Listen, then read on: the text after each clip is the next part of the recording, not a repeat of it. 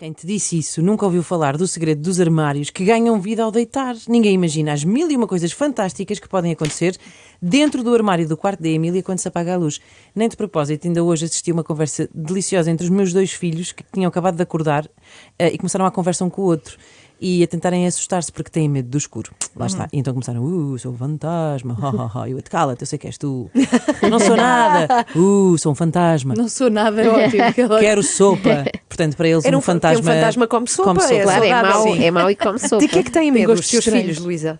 Então, isto nasceu desse medo do meu filho. Foi por acaso foi durante o confinamento que eu fui deitá-los. E ele disse, não te esqueças de fechar a porta do armário porque há coisas más lá dentro. Depois eu comecei a pensar, e se realmente houvesse coisas lá dentro, mas boas e giras, não é? E porque também há um livro que eu gosto muito que é, já não lembro qualquer coisa do tigre, minha memória agora não está ótima, mas que depois ela diz, a avó diz, vai passear, eu acho que vi um tigre aí no jardim. E ela diz, não é nada um tigre, de certeza, porque quando os miúdos começam naquela fase em que já não têm tanta imaginação como antes, e depois no fim ela diz, avó, vi uma sereia na banheira. E eu adoro esses livros que acabam pois. e que dão a volta. E então a minha ideia era isso, era transformar um medo numa coisa, ou seja, não é dizer que não há nada no armário, é dizer que até há, mas são coisas incríveis. E há roupas feias, isso também mete medo. Às vezes, não, roupas que depois não nos cabem, essas metem imenso medo. Esta roupa encolheu toda. Mas como é que se passa aqui de, normalmente, teres ideias para fazer discos, para fazer canções, para, olha, vou mandar escrever um livro infantil. Como é que isto surgiu? Foi assim uma coisa óbvia? Não, nesse dia que ele disse isso, eu pus-me a escrever um poema. Ele é em poema. Então é um bocado parecido com a coisa de escrever canções, porque ele é todo em poema. E então escrevi... Mas escreveste o poema já sabendo que não era para uma canção? Ou sim, escrevi com vontade de escrever um poema. E depois enviei para a Camila, que é, não a minha filha, a Camila ilustradora, porque ela trabalha comigo em quase tudo o que eu faço, e disse, olha, gostavas de experimentar ilustrar este poema? E depois, quando no meu podcast entrevistei a Maria do Rosário Pedreira e ganhei assim um bocado de coragem de a seguir dizer, olha, tenho aqui uma coisa para te mostrar, mas estás à vontade para dizer que não. Que é uma porcaria. Não gostas? Deixa só interromper para explicar que o teu podcast se chama O Avesso da Canção. Ela já acabou, sim. Sim, mas pode ouvir está todo, disponível não é? E pode ouvir. Sim, fiquei sempre à espera de ser criticado pela Joana e nunca foi incrível. Não, mas eu ouvi quase, não ouvi todos. Olha, sempre a tentar apanhar alguma coisa.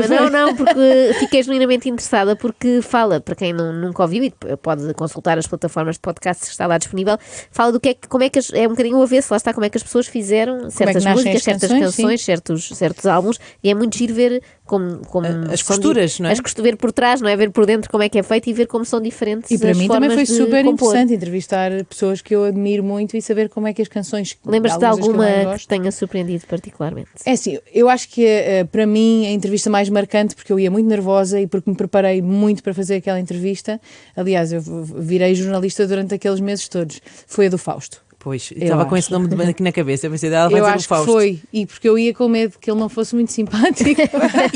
Foi simpático. E foi tão querido, mesmo querido, mas tive uma enxaqueca assim muito grave depois, porque ia tão tensa, com medo de falhar em alguma coisa, dizer qualquer coisa estúpida. Mas fez assim um bocadinho ou não? Um bocadinho. Muito exigente contigo. Muito, sim. Por isso é que depois tenho muitas enxaquecas também. mas essa foi muito marcante para mim, sim.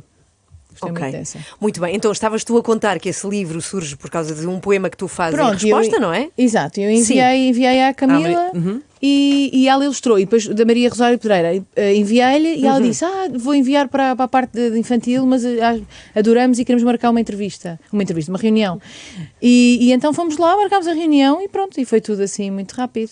E eu acho que funciona muito bem, porque há sempre um momento na vida dos miúdos, seja porque têm medo do que está dentro do armário ou do escuro, como era o caso dos meus, em que estes livros ajudam muito. Eu tenho um livro em casa que se chama precisamente O Escuro, e nós líamos muito, porque eles tinham medo disso. De que é que tinhas medo quando eras criança? Eu acho que os meus pais morressem. Talvez fosse assim. Logo muito existencialista. Pois Luísa Sobral, muito. Já tinha enxaquecas nessa altura. Com certeza. Mas não sei, talvez não tão cedo. Eu acho que, quer dizer, agora o meu filho com 6 anos vai fazer 6, já começa com esse medo de nos perder, eu acho. Eu acho que esse sempre foi, e continua a ser, o meu maior medo, acho que sim. Claro. Mas quer dizer, agora com os meus filhos, não é? Mas, bem, não entramos. Eu gostava de saber essa deprimente. Quão difícil é escrever para crianças? Porque é um bocadinho óbvio assim, esta coisa de vou escrever um livro, vou começar por um infantil. Mas é assim tão fácil? Eu também estou a escrever um livro para adultos? Não infantil, sim. Ok. Mas é muito mais difícil para mim. É assim, eu a primeira vez que fiz alguma coisa infantil fiz um disco Do disco, infantil sim. e não era mãe. E é engraçado porque quando eu fiz esse disco foi inspirado na minha infância. E agora tudo o que eu faço é É outra inspirado nos meus perspectiva, filhos. sim. Exato, é muito mais.